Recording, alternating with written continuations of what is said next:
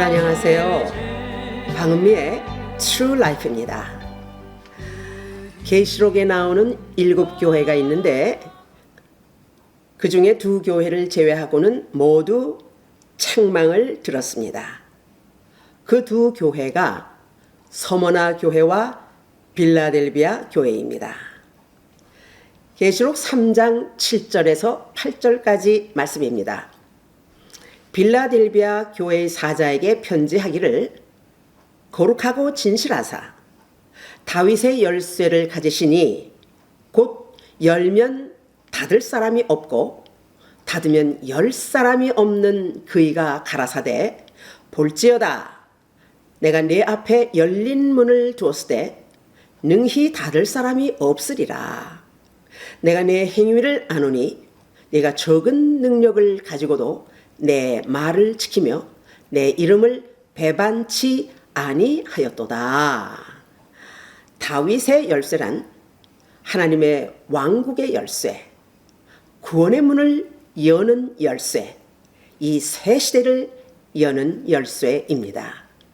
그런데 이 빌라델비아 교회는요, 힘을 가진 유대인 교인들로 인하여 교인들이 회당에 들어갈 수 없도록 그들이 막고 있었습니다. 회당의 문을 열고 닫는 권세가 유대인들에게만 있었고 사회적 신분, 지위와 재산, 어떤 능력도 없었던 빌라델비아 교인들은요, 예배를 드릴 수 없게 되어서 정말 답답하고 앞이 캄캄했습니다. 회당에서 모이지 못하니까 예배 드림과 영생의 말씀을 사모하면서 그들은 목말라 했었던 것입니다. 그래서 교인들은 구원의 문, 영생의 문, 천국의 문이 닫혀버린 것이 아닌가 이렇게 불안해하고 초조해하는 상황이었습니다. 오늘 본문에 예수님은 회당의 문이 닫혀버린 빌라델비아 교인들을 향해서 위로의 말씀을 주시고 있습니다. 비록 유대인들이 빌라델비아 교인들에게 회당의 문을 닫았지만 예수님은 하늘의 문, 천국의 문, 영생의 문을 열어 놓았다고 하십니다. 그리고 빌라델비아 교회가 적은 능력을 가졌지만 내 말을 지켰다라고 그렇게 말씀하십니다.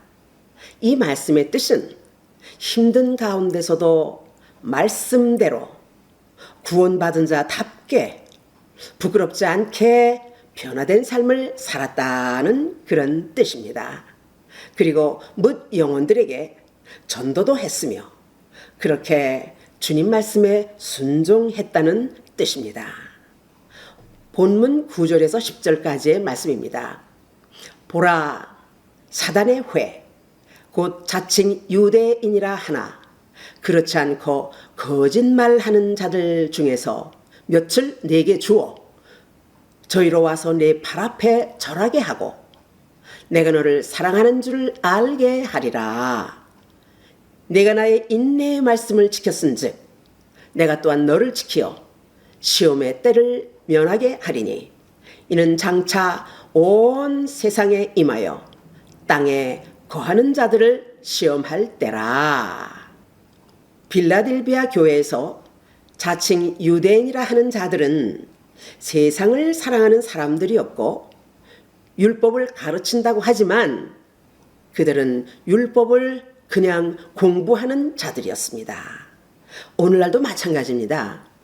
성경 공부한다고 하면서 말씀을 자신의 영혼에 생활에 적용하지 않고 공부하는 것으로만 만족하는 사람들이 많습니다. 그리고 그들은요, 자기 뜻대로, 자기 편한 대로 그렇게 사는 거짓 신앙인들이었습니다. 그런데 빌라델비아 교인들에게 인내의 말씀을 지켰은즉 이라 하셨는데 그들은 온갖 중상모략, 비웃음을 당하면서도 믿음을 끝까지 지켰던 것입니다. 빌라델비아 교인들은 견디기 힘든 상황이었지만 말씀을 끝까지 붙들고 인내했던 것입니다. 아멘. 그 당시 빌라델피아의 상황은요, 포도주가 주 생산이었고 이 도시의 수호신이 술의 신이었다고 합니다. 그리고 이 도시는요, 교통의 요지로서 숙박시설 등 온갖 오락시설이 잘 되었으며 방탕하고 향락에 취하고 술에 흔들거리며 도덕적으로 아주 문란한 도시였습니다. 이런 상황에서 성도가 믿음을 바르게 유지한다는 것 정말 어려운 상황이었을 것입니다. 본문 11절에서 12절까지 말씀입니다. 내가 속히 이 말이니 내가 가진 것을 굳게 잡아 아무나 내 면류관을 빼앗지 못하게 하라. 이기는 자는 내 하나님 성전에 기둥이 되게 하리니 그가 결코 나가지 아니하리라. 내가 하나님의 이름과 하나님의 성, 곧 하늘에서 내 하나님으로부터 내려오는 새 예루살렘의 이름과 나의 새 이름을 그 이 위에 기록하리라. 할렐루야. 그렇습니다. 오늘날 우리의 삶의 현장을 한번 보겠습니다. 그 당시 사회상에 비하면요, 오히려 더 힘들고 험악하고 추악한 상태라고도 볼 수 있습니다. 그런데 하나님께서 내 하나님 성전에 기둥이 되게 하리니 라고 말씀하시는데 무슨 뜻이겠습니까? 빌라델비아 교인들은요, 오직 주의 말씀에 위로받고 믿음을 지켰던 신앙입니다. 오늘 우리도 마찬가지입니다. 주의 말씀에 순종하여 하나님께서 원하시는 대로 맡겨진 일이 힘들어도 경우에 따라서 손해를 볼지라도 믿음을 굳건히 하고 맡은 일을 끝까지 감당해야 한다는 말입니다. 때로는 주변 사람들이 나의 수고와 헌신을 몰라주는 경우도 있습니다. 상황이 그럴지라도 사람을 의식하면 안 됩니다. 그래서 끝까지 흔들리지 않고 변함없이 순종하는 사람을 두고 교회의 기둥, 성전의 기둥이 되게 하신다고 말씀하십니다. 자, 그러면 기둥의 특징이 어떤 것인가 한번 생각해 보겠고, 기둥의 특징이 되는 사람은 어떤 사람인가를 한번 생각해 보도록 하겠습니다. 첫째, 기둥은 모양이 반듯하고 곧아야 합니다. 기둥 같은 일꾼은요, 인격이 곧은 사람이어야 합니다. 인격이 곧아야 신앙이 반듯한 것입니다. 그래서 어떤 상황에서도 흔들리지 않고 변함이 없는 특징을 가졌다, 이런 말입니다. 자, 두 번째, 기둥은요, 건축할 때 서로 다른 재료들과 함께 연결하는 그런 기능을 갖고 있습니다. 기둥과 같은 일꾼은 어떤 상황에서도 서로 연합하기를 힘쓰며 화평한 관계를 유지하기 위해서 서로 양보하며 교회를 균형 있게 잘 세워나가는 특징적인 성품을 가졌습니다. 아멘. 세 번째, 기둥의 기능은요, 건물 전체를 받들고 서 있는 것입니다. 그래서 기둥 같은 일꾼은 일이 힘들고 무거워도 불평 없이 주어진 일을 묵묵히 지탱하며 맡은 자리에서 흔들림이 없이 교회를 받들어 섬기는 그런 특징을 가진 일꾼들입니다. 주님께서 이렇게 주의 일꾼을 기둥에 비유한 것은 교회에 헌신하는 기둥 같은 일꾼은 바른 인격을 소유한 자여야 하며, 또 기둥 같은 일꾼은 서로 연합을 잘 해야 합니다. 그리고 기둥 같은 일꾼은 끝까지 책임을 다하며 어떤 무게라도 잘 받들어 섬기는, 흔들리지 않는 그런 사람이어야 함을 가르치고 있습니다. 그런데 교회에는 사단의 앞잡이들이 꼭 있습니다. 교회 일을 할 때 여러 모양으로 가로막고 방해를 합니다.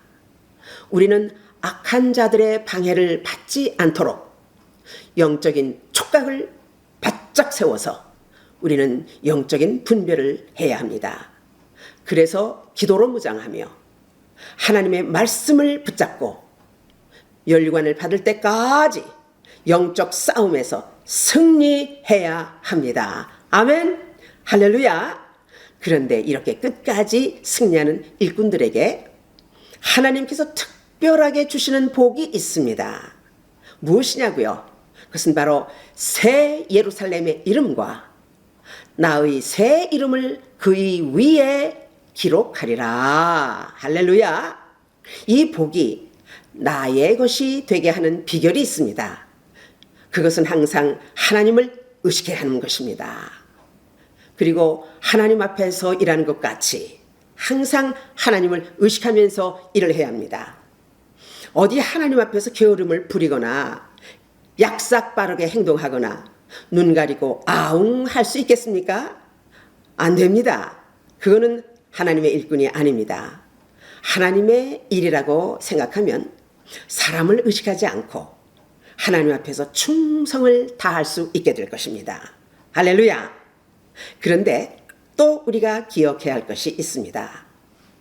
하나님은 이와 같이 기둥들이 맡은 일에 수고와 헌신으로 사명을 잘 감당하는지를 보시고 계시다는 사실입니다.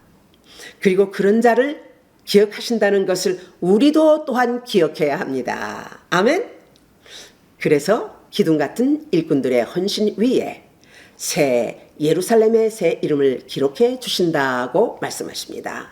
이 얼마나 놀라운 특권적인 복입니까? 아멘.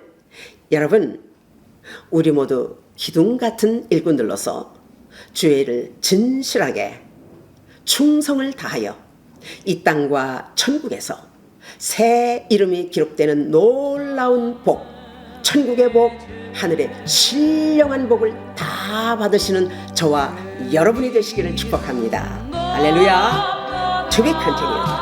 이 영상은 Living Revolution of New Light에서 제공합니다. 구독과 좋아요를 부탁합니다. 우리 모두 함께 하나님의 큰 영광이 되실 줄 믿습니다. 대단히 감사합니다. 안녕히 계십시오.